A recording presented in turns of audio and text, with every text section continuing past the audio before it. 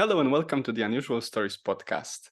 My name is Wojciech Salski. As per usual, I'm here to deliver you some ideas and maybe worthy concepts. And so today we have our third episode of our book review series. And just so you know, if this is the first time that you've joined in, these series are not a spoiler alerts kind of thing. So I will not tell you the whole book. I will not give you like a shortcut to reading it.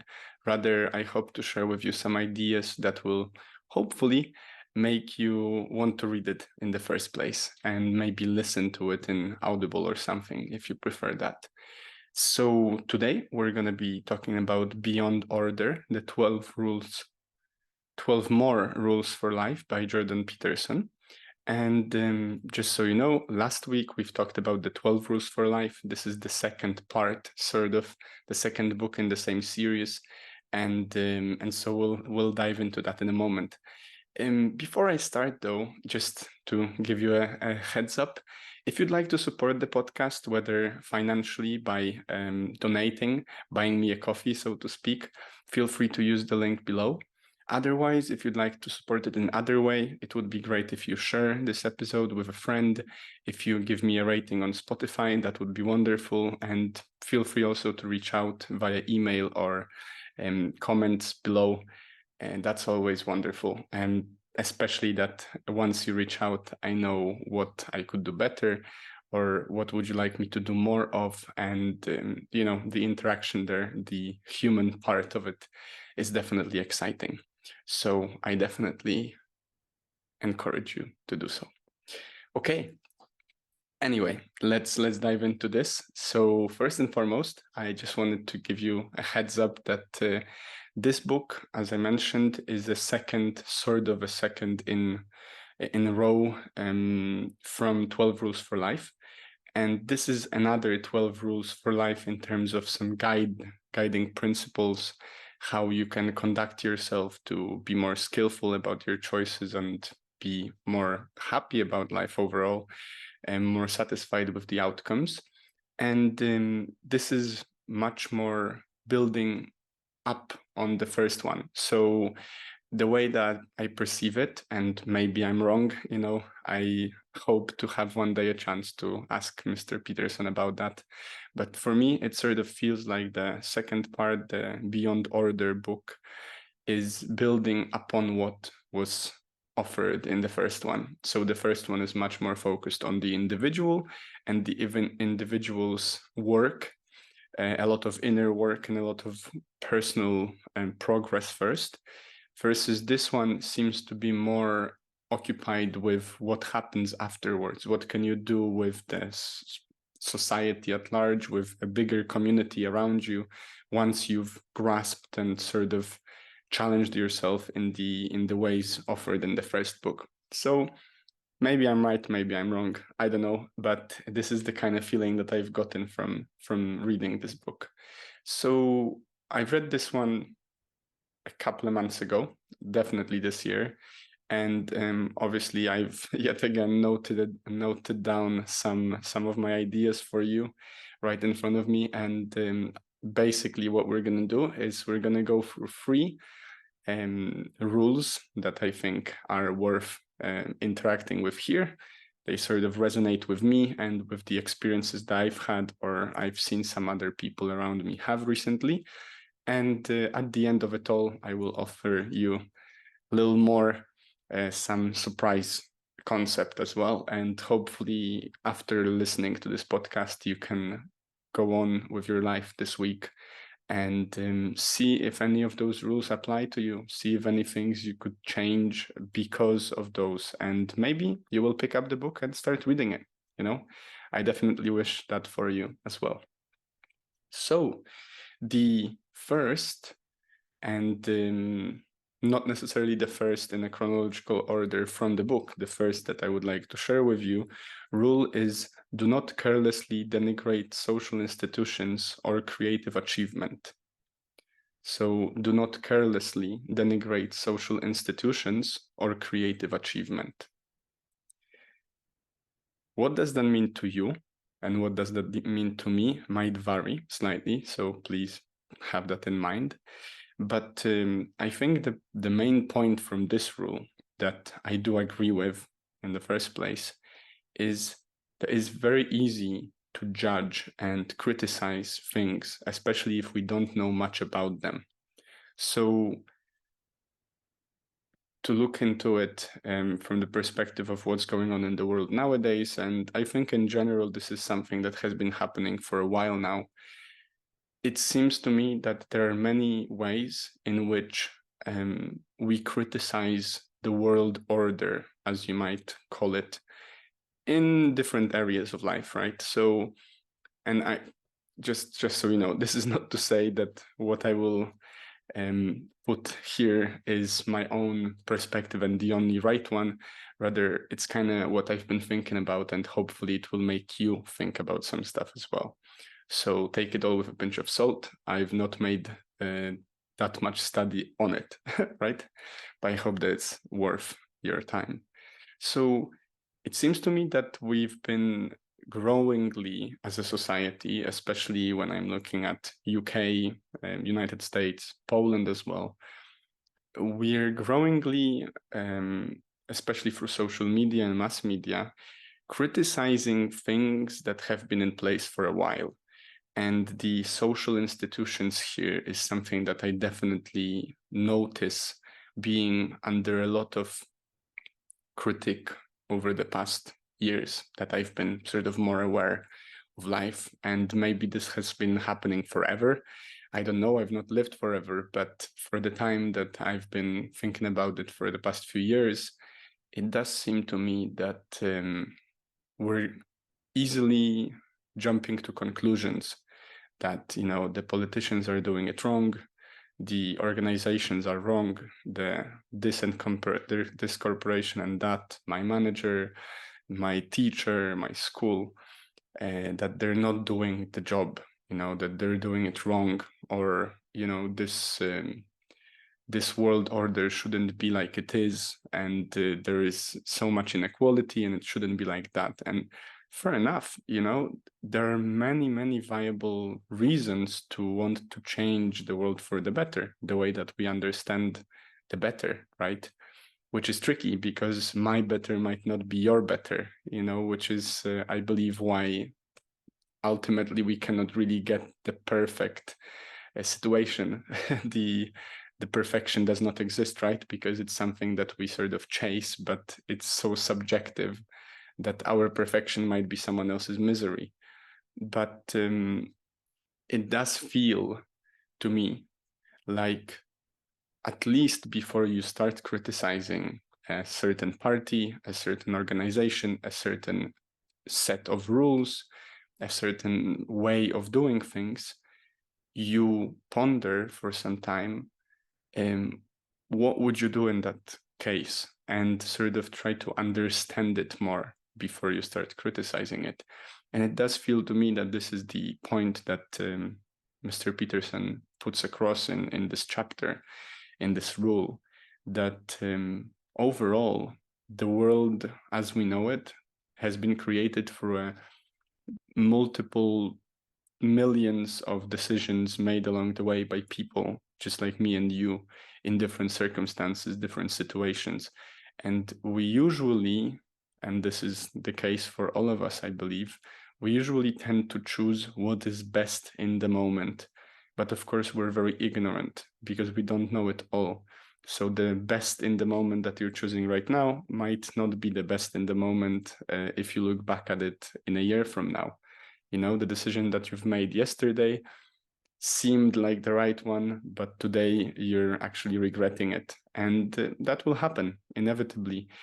And in those many ways, if we're looking at the institutions and, you know, criticizing the world for what it is, first and foremost, I kind of feel like we should yet again setting your house in perfect order before you criticize the world. You know, if you remember our last episode, the other rule, first, I feel like it is our responsibility to understand what is going on and to understand our stance and to understand maybe how we've got where we are, so we can then criticize proactively, productively, positively criticize, constructively, they say, instead of criticizing for the criticizing sake.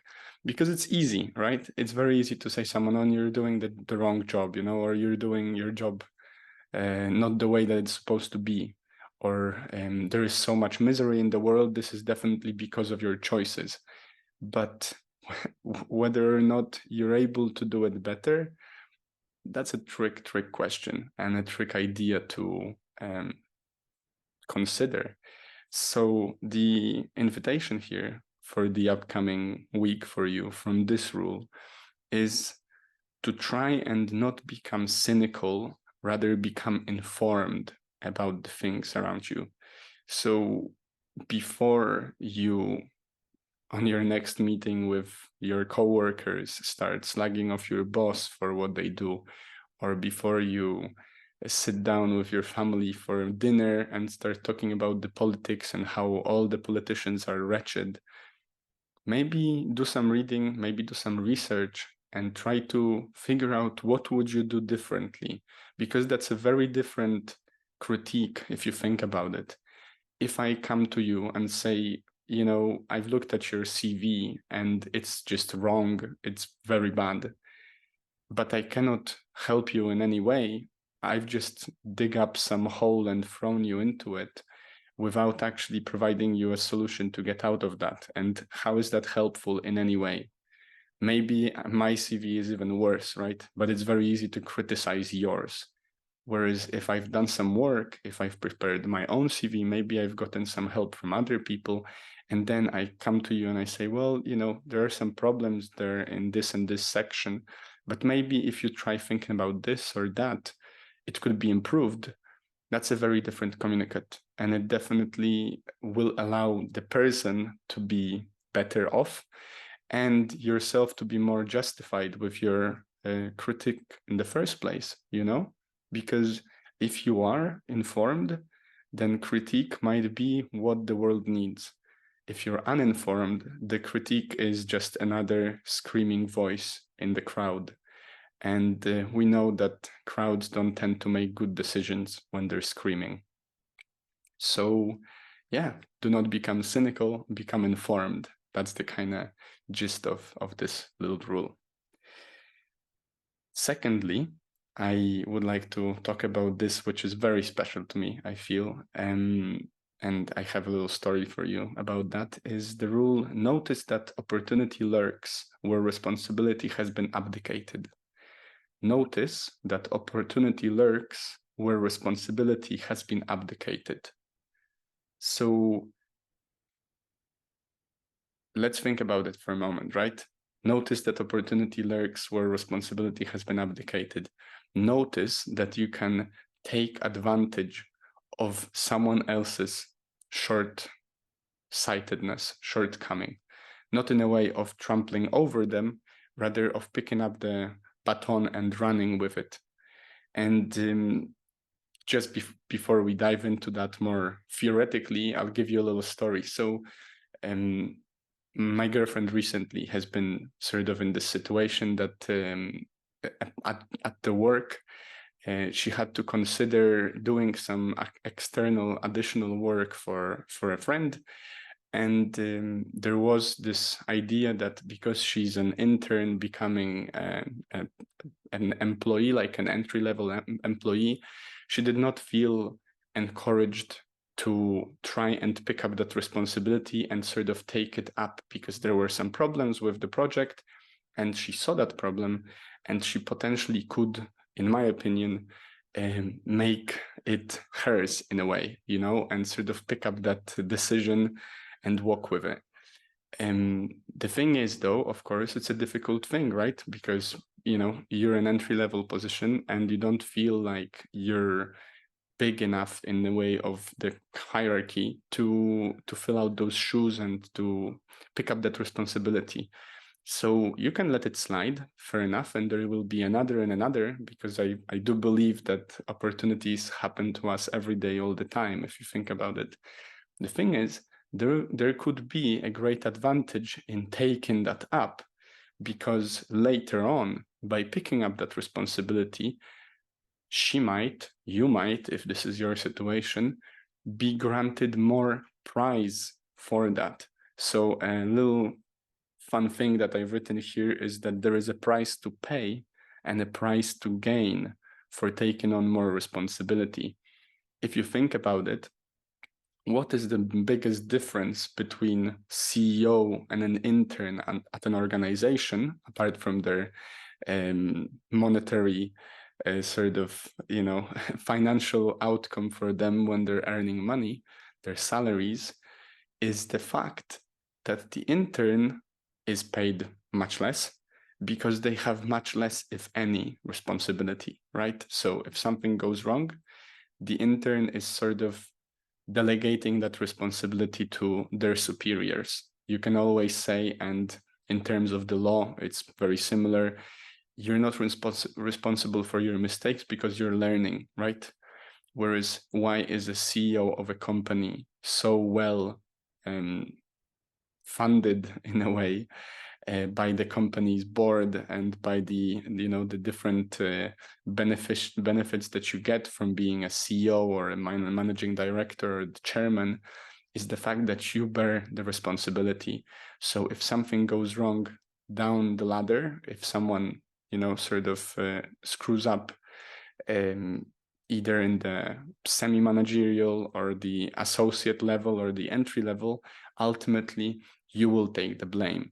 And of course, there are procedures to make sure that there are other people also responsible, like the line managers and the intermediate managers and so on.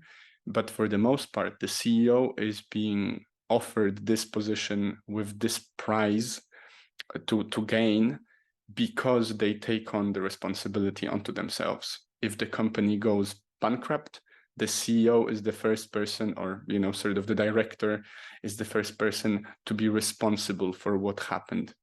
And so it is the captain on the ship, or the officer in the army, or the teacher in a school with a classroom, right? And parents with a child. So this is not to say that the situation with my girlfriend should have had a different outcome. We'll see what happens later on. But this is to maybe consider for yourself whether you've been in that situation before and what could you do about it? What could you do differently? Because sometimes it might be the most valuable thing to do, to try and pick up that responsibility and even challenge yourself with something that you feel like an imposter about, because we all do at times, when we start something new, or when we get a new position with a better salary, or when we go to uni and we start learning something that we don't know, but we need to sort of pretend that we do. And there is a big benefit from taking that responsibility on, because you don't know whether this wouldn't accelerate your progress. And then maybe at some point you will be promoted because you're already doing the job of the manager. Why wouldn't you be promoted for that and get the benefits of a manager? So this is an invitation for you to consider whether there is a space in your life where taking on more responsibility could propel you forwards over time. Okay, third time, hopefully the charm. So this time round, we're gonna switch a little bit, go a little bit more into the emotional part of our lives. One of the rules that Mr. Peterson promotes is, if all the memories still upset you, write them down carefully and completely. If all the memories still upset you, write them down carefully and completely. And I do remember that at some point, I think last year, we've done an episode about writing, about the meditative, sort of also therapeutic aspect of writing. And personally, I do write quite a lot, sometimes more about my life, sometimes less. Sometimes it's a fun thing to do. Sometimes it's a way of venting. Sometimes I do journaling. Sometimes it's like a story. There were times that I used to do also every morning, like morning pages, which was like a stream of consciousness, just to get out your mind onto the page. And to be honest, I kind of feel like this is something that I should get back to. But we'll see what happens, right? But the point here is that you should consider how beneficial it is to write. And I'm not saying to write in a sense of, writing a text message or writing a Twitter-sized post, but to write out, ideally with a pen and paper rather than a notebook, computer, and write down physically your situation. And this story is about the old memories still upsetting you. So in one of the books, I believe that might be the one, or maybe it's one of the lectures that I've watched from Jordan Peterson, he talks about the fact that if there is anything that bothers you that happened more than a year in the past, then this is probably something that you're still holding on to because your subconscious is still not has still not learned from that experience, right? So memories for us, even though we might think like memories are something that we collect so we can entertain ourselves over time, memories are very, very important for our brains in terms of developing habits and sort of systems of treating the world. So memories that are stored for a reason, for some sort of a lesson, some sort of experience that will hopefully over time help us in the future. This is the idea, and this is a very subconscious process. This is not something that you can choose. As much as you can try, there is not much you can do about remembering or not remembering certain things, right? You can take photos, fair enough. You can remind yourself of stuff all the time, but you will find yourself with some things from the past that you'd rather forget, that you still remember, and you might find yourself forgetting things that you'd like to remember. And the only difference is the fact that maybe the ones that you are remembering still, or they come back to you in some situation, is because there was a lesson there that you have not yet comprehend. And this is why it's so important and so beneficial to write things down. So, sometimes we have that, whether it's a breakup, whether it's past opportunity that sort of fell through, whether it's a job that you didn't go for or a choice that you've made that you regret now, that bothers you now. And it's been in the past long ago, and yet it bothers you still. If that is the case, maybe it's beneficial to try and write it out. Just very carefully and completely write out what you feel about it, what it was, as much as you remember. And if you've tried any of the programs that Jordan Peterson offers, there is one that is called the Past Altering Program and Future Altering Program. The Past Altering Program is exactly that.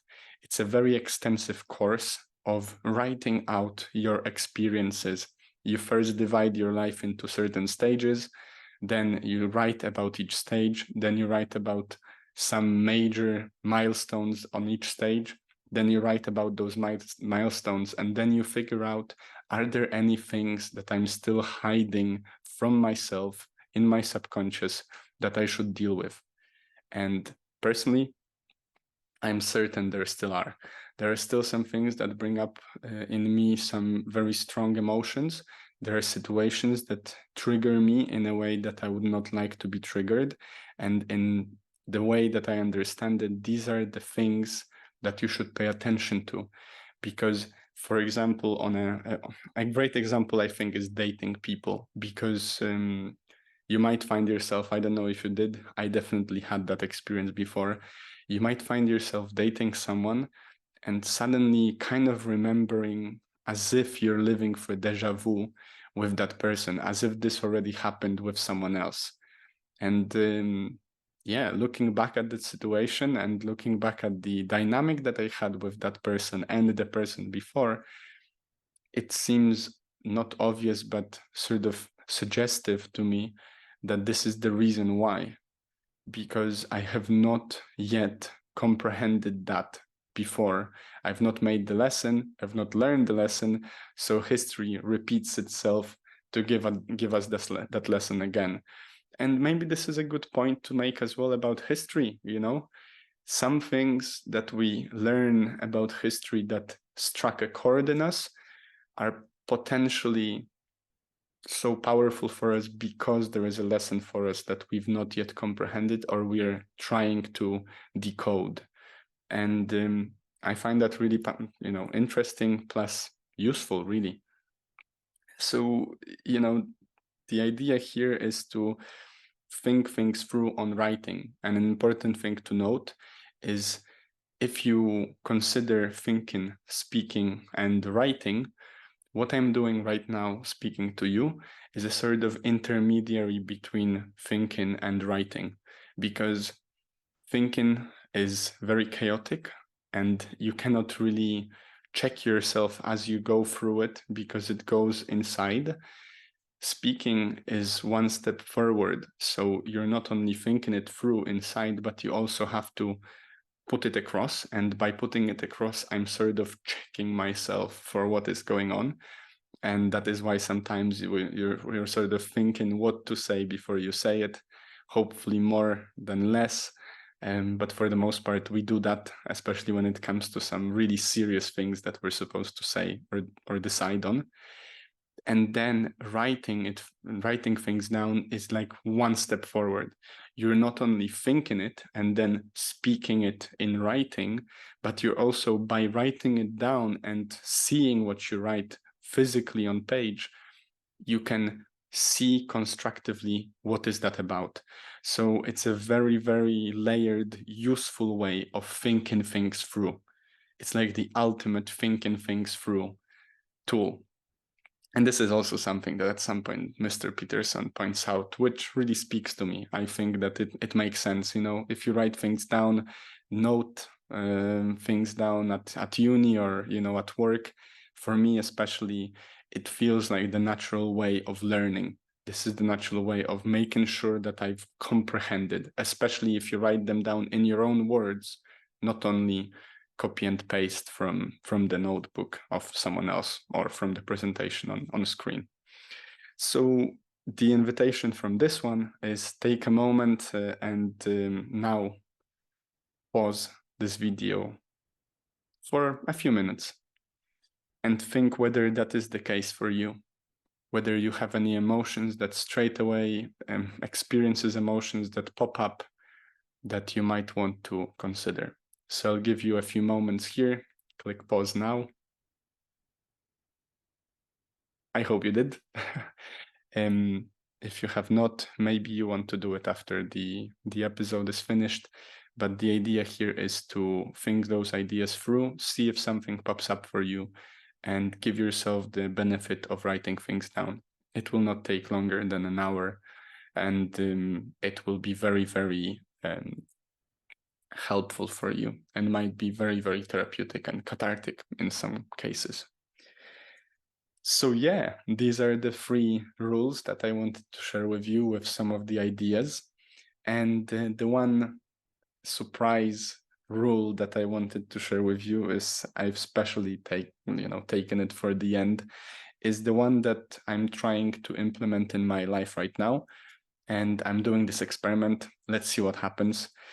And the rule is work as hard as you possibly can on one thing and see what happens. Work as hard as you possibly can on one thing and see what happens. And I think this is such an obvious thing, It might not be easy, but it seems to me that it's obvious. If you think about people that achieve great successes in any area, it seems like they do it all the time, right? I have a friend who's trying to be professional kickboxer and then an MMA fighter. And the only thing I know about him nowadays in terms of his daily schedule is he either trains or teaches training. And this is what he does. It's his thing. And a good quote here from Deepak Chopra to consider is, where attention goes, energy flows. What you focus on in life tends to expand. So whether it's you want to work on your certain skills, whether it's working on your relationship, whether it's working on your job more, on a certain project, at uni, on anything really, on your side hustle, on your freelance career. The idea here is to consider just how much you can do and try and do that for an extensive period of time, unstoppably, and see what happens. So personally, I believe that it's a matter of prioritizing. You know, I've had this experience recently at uni. I've restarted going to uni nowadays. I'm started my master's, and I'm really excited about it. It seems to me that I'm a bit of a geek, which maybe just suggests that I've grown and sort of matured for it. But I've had this experience. I've met some people during one of the classes, and the thing that I've noticed already is that not many people study. You know, when the teacher asked how many people did their homework, out of 60, somewhere around 4 or 5 hands, went up, which was really surprising for me. And also, I've noticed that many people don't even bring their notebooks or computers to the class. You know, I had a guy sitting in front of me just scrolling for TikTok for the majority of the class. And in a lesson that I've noted 3 pages of material, he noted 2 sentences on his notes in the phone. And this is not to say that he doesn't study. I don't know what he does in his spare time. Maybe this is his strategy, you know, maybe in the lecture he's not focused because he's on TikTok, but maybe this is something that works for him. Fair enough. But there is this idea, like, we're supposed to do group projects, but we don't have to. It's a matter of decision. And I've been thinking about it because I know from my experience before that group projects can be struggle, especially if you're one of those people that does the work. Because I know I will be one of the few in my group that will be pulling the weight, and I'm likely to be doing the work for others and then feel frustrated that they don't. And I know myself, you know, I do get frustrated when people are not pulling their weight, whether it's in a group project or in an agreement that we've made.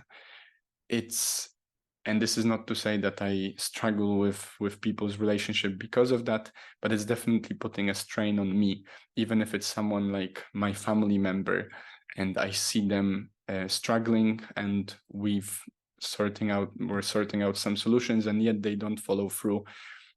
I don't know, it's just whatever. This is my emotional turmoil inside.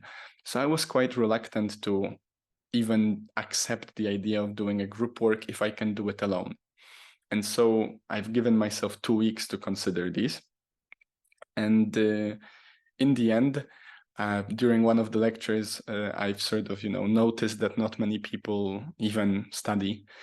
And then this a guy that I met during one of those sessions asked me about the book that we were supposed to read, and I've bought it for myself. Actually, I'm very happy about the book. I might give you some of its tips later on, but basically it's about competitive strategy. And I've told him, I showed him the book. I said that I'm already reading it and I should be done by the end of the week. And I can lend it to him later on, once I do my part of the thesis, I can lend it to him. And he was very surprised. First and foremost, that I got myself the book, and secondly, that I have time to read it. He literally said, "Where do you have time? When do you have time to read books?" And for me, maybe I'm wrong, but for me, that was a signal that he doesn't really consider his studies as serious, maybe as I do. And maybe that's wrong. Maybe books is just not the way he rolls. Fair enough.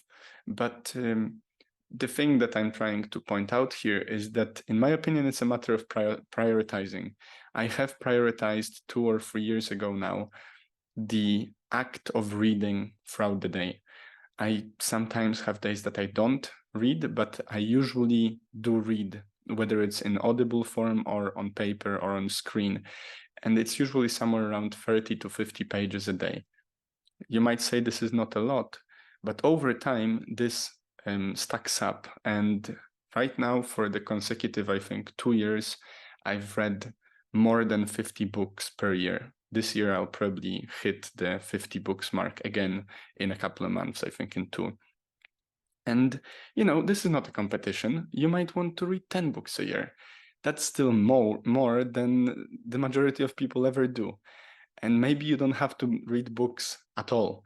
What I'm saying here, it's a matter of prioritizing. If it is important for you to brush your teeth in the morning, you will do it no matter what. If it is important for you to find time for your kids, for your family, for your loved one, for your friends, you will find that time no matter what. If you're one of the gym rats, they call them, you will find time for the gym no matter what, And it's the same with anything else. And the idea, I think, here on working as hard as you possibly can on one thing and seeing what happens is do just that. Choose one thing that you want to focus on for the next at least 3 months. And I say at least 3 months because if you do 1 month or 2 months, you will probably not see the results just yet. If you do 3 months, I can assure you that you will start seeing the results and you will be encouraged by them to do the whole year. And this is what I'm trying to do right now. I've set myself some goals in terms of my education. I've established how I will try to measure it over time. I've created some sort of routine around it, and I follow through with it and see what happens. And I have no doubt I will succeed better than I wouldn't if I didn't have the plan in the first place and the drive to go. So this invitation, I think the most empowering one of them all, is consider what you'd like to focus on.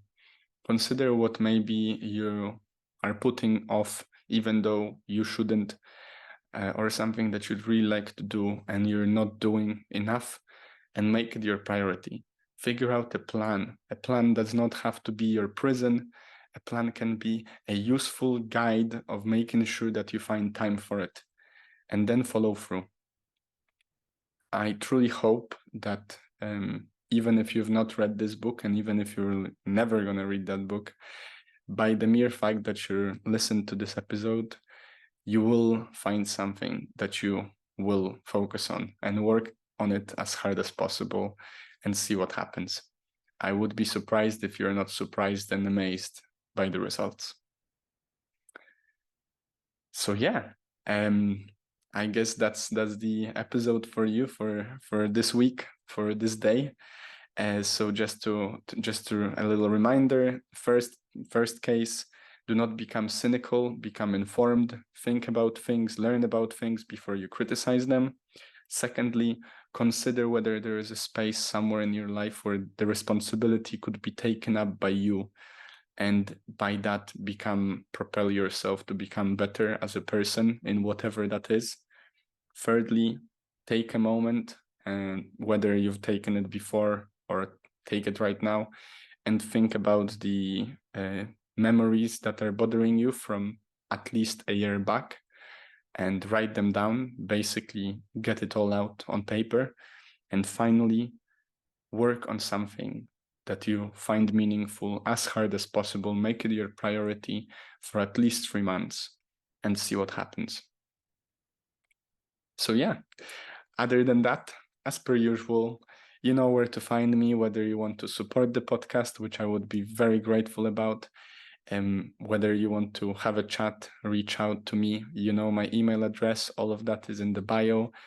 And yeah, I hope to hear from you soon. Have a wonderful week. Stay happy, stay healthy, and I'll see you next time.